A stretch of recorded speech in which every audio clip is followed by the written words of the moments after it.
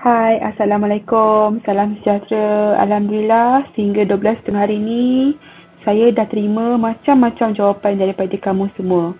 Baiklah, di video ini, saya akan memberitahu kamu apakah jawapan yang terbaik yang boleh kamu gunakan ataupun aplikasikan.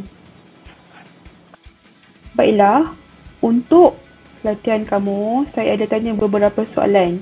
Baiklah, soalan yang pertama ialah bagaimanakah keadaan jalan kumpulan perempuan?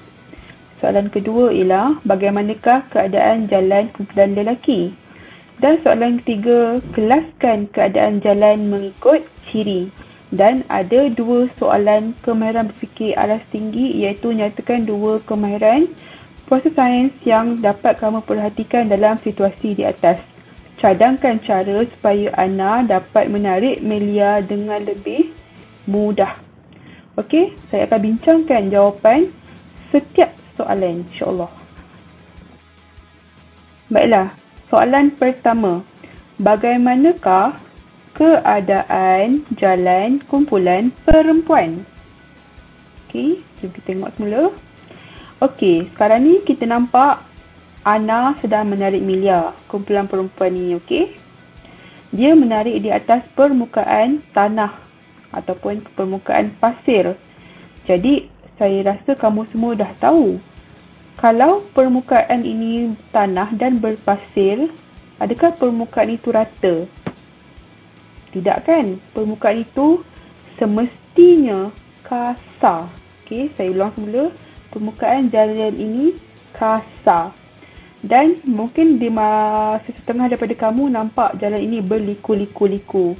Okey? Tapi tak semua orang nampak jalan ini berliku-liku. Dan sebelah saya, macam di mata saya nampak jalan ini sama saja lurus. Okey? Cuma permukaan jalan ini kasar. Jadi jawapan yang paling sesuai untuk kamu tulis adalah keadaan jalan kumpulan perempuan kasar. Tapi di sini, di bahagian sebelum ini, kamu boleh tambahkan sedikit perkataan. Contohnya, okey. Di sini kamu boleh tambah beberapa perkataan lain. Ya, contohnya, keadaan jalan ke kumpulan perempuan sangat kasar ataupun lebih kasar. Okey? Itulah jawapan yang paling tepat.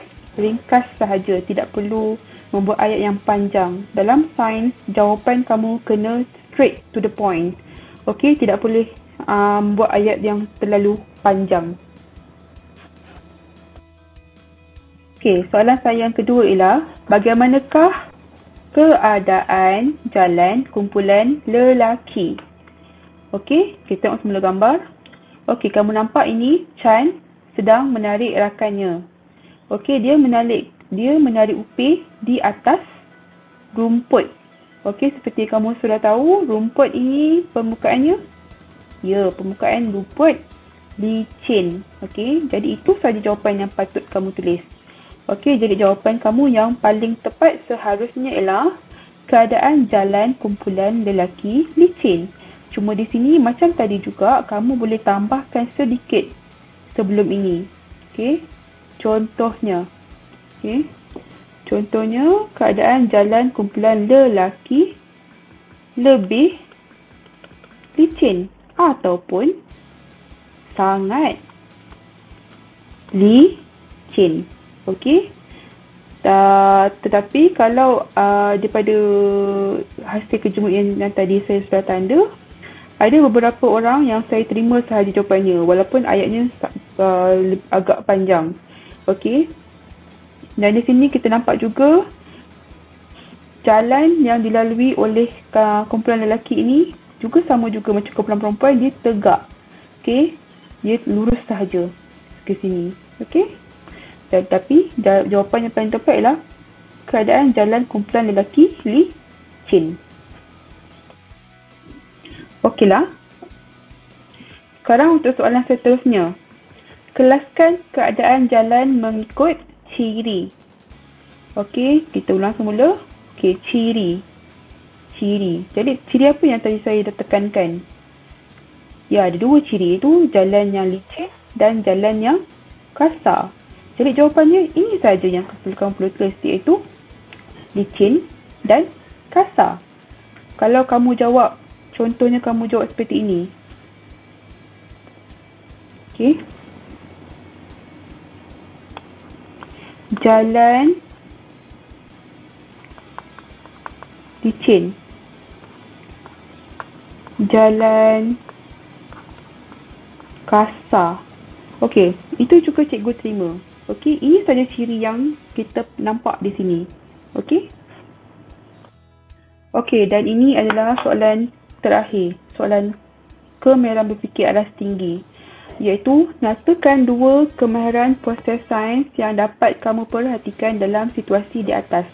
Cadangkan cara supaya Ana dapat menarik Melia dengan lebih mudah. Okey? Kita buat semula. Apakah cara? Semula-mula dia tanya soalan pertama ialah, nyatakan dua kemahiran proses sains yang dapat kamu perhatikan dalam situasi di atas. Okey, baiklah. Soalan ini dia bukan bermaksudkan kemahiran proses sains yang dilakukan oleh semua kanak-kanak ini. Bukan. Dia minta apakah dua kemahiran proses sains yang dapat awak sendiri. Apa yang awak gunakan untuk menjawab soalan tadi sebenarnya? Apa yang awak boleh lakukan pada gambar ini? Okey? Jadi, jawapannya adalah dua kemahiran proses sains ialah memerhati dan mengelas. Okey, ini sahaja. Dua ini sahaja kemahiran proses sains yang kamu lakukan tadi. Macam tadi saya ada terima jawapan, dia menggunakan sentuhan untuk menarik upih. Okey, awak kena ingat, sentuhan itu adalah kemahiran proses sains di bawah memerhati. Okey? Dan mengelas pula tadi kamu dah buat pada jalan ini. Jalan yang licin dan jalan yang kasar. Kamu dah membezakan dua ciri yang berbeza. Okey? Dan yang soalan terakhir, cadangkan cara supaya Ana dapat menarik Melia dengan lebih mudah.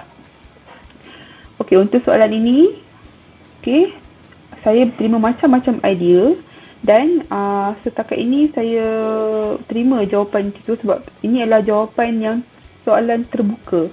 Macam-macam jawapan yang boleh diterima.